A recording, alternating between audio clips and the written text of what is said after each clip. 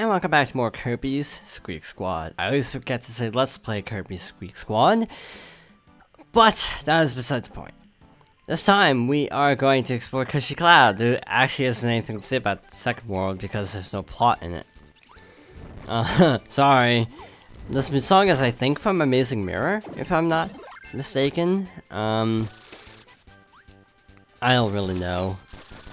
I'm pretty sure it's from that game. I'm not a fan of Amazing Mirror, gotta be honest. Wow, 2 trite sayings in one sentence. But in all seriousness, I'm really not crazy about that game. It's just sort of... It's apparently set to be more Metroidvania than Kirby, which I definitely could attest to. It feels a little more Castlevania than Metroid. That's why I said Metroidvania. Include both.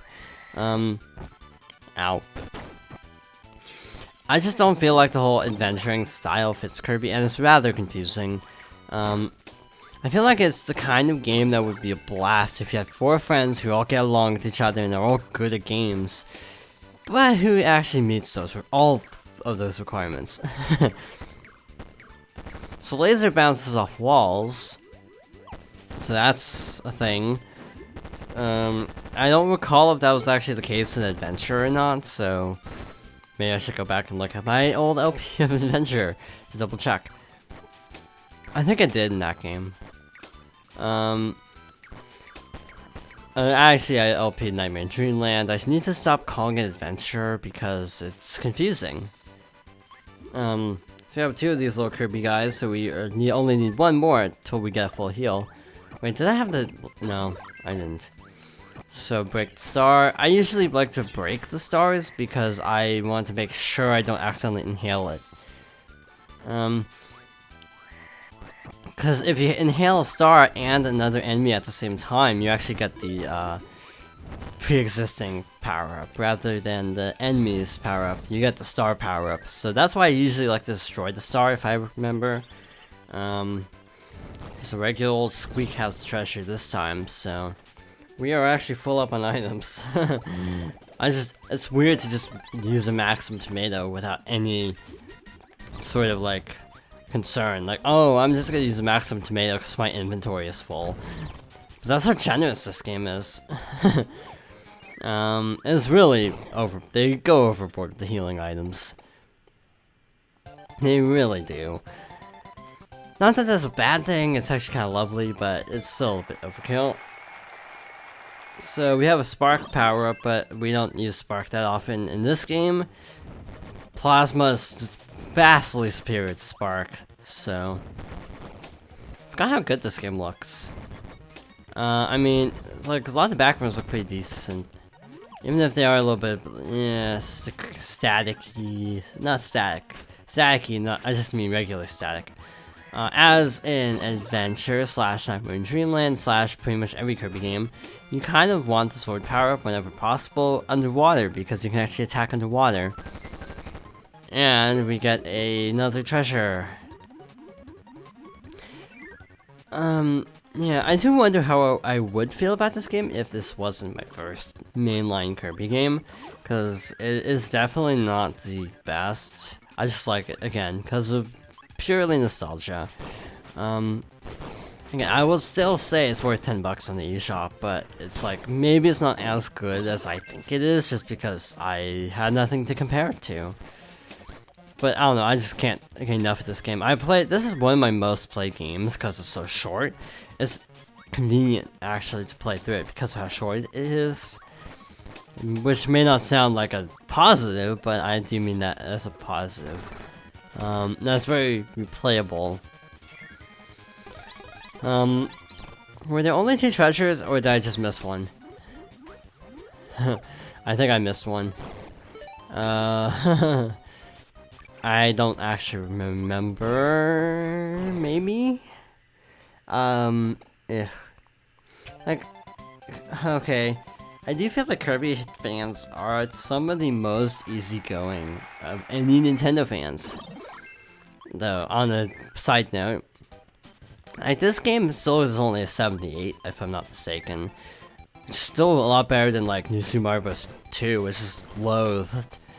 But like, for example, you have a 75 from Mario, cough, sticker star, cough, and everyone's just like, well, that's like horrible for a main entry game from the AAA developer. But doesn't this game gets like a 7, and then everyone's oddly okay with it? Like, yeah, Squeak's still really fun. It's just not the best Kirby game. It's like there's just it's so low key about it. Like, yeah, well, it's still cool, and I kind of wish more fan bases could be like that. Or yeah, more fans, not fan bases, because I feel like most fan bases are actually okay. It's just there are bad eggs in every crowd. Some crowds have more bad eggs than others, of course. Not to name names. But again, this game being, you know, comparably reviewed, being on par review-wise to Sticker Star, and yet the fan bases have the fans have two entirely different reactions to both games. So I just find that fascinating. Because a lot of Kirby fans, even though they do admit this is not the best Kirby game, will still admit it is still a pretty solid game. It's just a little bit more simplistic. But then you have like the Mario fan base that just tears into New Super Mario Bros. 2 for very comparable reasons. And I'm not a fan of that game actually. I don't really like it. This is kind of the coin collecting mechanic is not that compelling. Like, if it was a Wario game and there was actually a legit score attack kind of feature in it, I think it would be better. But there really isn't. It's all very cumulative, and thus it doesn't feel like there's much progression towards it. Like, if it was, like, Wario Land does a really good job at that, of being like, collect everything and actually have it feel like you're getting somewhere because of medals and stuff. Like, if they ranked you based on how many coins you collected in New Super Mario Bros. 2, I think I would have liked it better. Because it would have given more of a tangible sense of reward as you're collecting a ton of coins. But you have a lot of derivative games, and some get panned for it and others don't. So there is a bit of that hypocrisy in place. Like, to be honest, I don't get why Smash 4 isn't considered derivative. Because the gameplay is different, it is arguably better than Brawl's, but I don't know, it feels very stripped down compared to Brawl. So that's why I haven't actually logged that much time into the game. Despite being a, you know, Wii U system seller and everything, I really haven't actually played Smash that much. Plus the online is garbage, so that's another problem I have. Yeah, I know I'm rambling, but we're just flying through these stages, so there's not much to really say. You can basically see everything on screen. We got we got a first treasure chest to this level. But yeah, it's just nice that the Kirby fan base is just so easygoing about their franchise, and I feel like that overall benefits the franchise when the fans aren't basically sending mixed signals 24/7. And it's all just like, as long as it's cute and fun, nice, I'm down. I mean, to be fair, that's my mindset towards Kirby as well. It's like, hey, it's a cute little fun time. It's not like a super deep or involved game, but I expect that. It's not like, oh my god, this game's the worst because it's not hard. I do admit some people were like that with Epic Yarn in particular. I never had that problem. I always thought Epic Yarn did a good job of sort of a risk versus reward thing, but not like super directly, if that makes sense. Epic Yarn is, like, you can't die, but it's super challenging getting 100% in that game. Because of the reward system in that game. Cough up that item because I don't need it. It's just so hard to 100% it, and I feel like that's where the fun of Epic Yarn comes in. I know not everyone is a completionist, but just for me personally, I do like that aspect of Epic Yarn. And if I do LP it, I will go for 100%, even if it kills me. And it probably would destroy my soul to get 100% again. It's surprisingly hard to get all the medals. I'll just put it that way. I'll probably show all the treasures, but maybe not get all the medals because the medals suck. I'd probably also show the hide and seek stuff and all the other optional games. And one of the hide and seek missions is really hard. Mostly just because the guide, which is Prima Games, doesn't actually really tell you where to find the character. So it's just kind of a hunt until you find them. You can actually pull the treasure away like that. Save a little bit of time.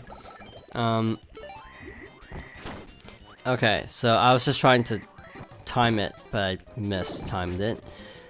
So we got all 3 treasures now, so we can safely run to the goal. Is this only like the 3rd level or the 2nd? I can't remember. Is this 1 or 2?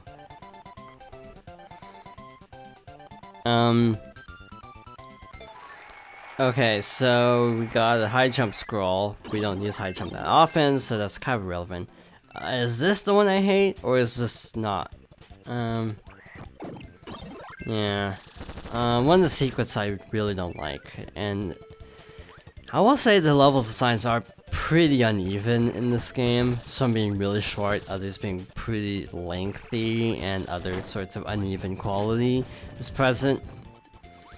So I do feel like this game and many other Kirby games were basically built with a smaller budget than the main Nintendo games.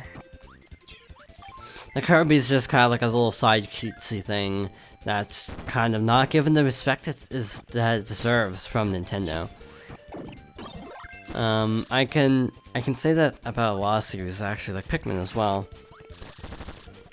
Like, it's a lot more fun than people would give it credit for. Oh, speaking of which, I need to LP that too. So expect that probably after either this or Minish Cap. I definitely plan to do Pikmin 3, do not worry. Pikmin 2 actually did surprisingly well on my channel, and Pikmin 1 even. I was a little bit concerned being a very small starting channel and doing a game like Pikmin that there's already a very famous LP of. Probably more than that by now, but just one I know of. I mean, when you have memes spawning from a red Pikmin from a Let's Play, you know you hit the big times. I think we go this way first. I'm not actually quite sure. I think we go through the door, yeah. And you can actually see the other Squeak room, so we may be seeing that shortly. So we have another encounter with Spinny. Spinny, I don't know. We can actually use the health at this point. Once we actually could use health in this game. And I have an invincible candy, so why the heck not? I don't know what the official name of it is either. I'm just calling it that because it's a candy and it makes you invincible. Ditch that power up. These are spike traps. If you activate them at good times, you can actually basically trip up the Squeaks. As the spikes do actually hurt the Squeaks. It's actually a funny animation. As they sort of tiptoeing across spikes. Where was I? Because I was on a huge tangent throughout the entirety of World 3, and I can't remember where I left off. Oh, I remember now. We're just talking about Nintendo series and Pikmin. So with Pikmin, yeah, I do feel like Pikmin doesn't get as much credit as it deserves, because it's a really solid game, and I definitely want to LP it. It'd be the same format as the last two. You know, 100%, no death. Except, actually, it's easier. Fun fact, it's actually easier because you can actually reset. You can actually go back in time. And thus do days over. So, it's a lot easier to practice, I'd say. Because you can go and optimize strats and stuff a lot more easily. This one kind of sucks, but I actually got a first try, so I'm a little bit proud of that. So we are almost done with World 3 already, and there's just not much to talk about. I did not actually say what that scroll was. That was my bad. This boss is a joke. I'll just put it that way. They give you the most powerful item in the game right before it. So, why not use it? We have Mecha Kracko. You didn't know Kracko is the Cloud boss in old Kirby games, so this is an homage to Kracko. He uses very similar attacks, except we had no chance to actually see any of those familiar attacks. Then he goes into a phase 2 where you just kind of, well, yeah. Before you realize, if you didn't realize Kirby can fly infinitely, you may be a little bit worried about this, but yeah, you can fly infinitely. Also be careful with fire power-ups, because I'm fairly certain they can actually destroy the clouds. So he's dead. I'm also pretty sure they don't let you die after killing the boss or destroying Mecha Kracko. So that's also something good to keep in mind, that you can't actually get KO'd after that, after the fact. So actually, that is World 3 down. That went surprisingly smoothly. But as you can see, we still have 4 worlds left and some mysterious shrine in the center of the map. So we still have plenty to do. Okay, like 4 or 5 more videos, maybe 6. But next time we enter Jam Jungle. So thank you for watching, and I hope you'll join me next time for more Kirby's Squeak Squad.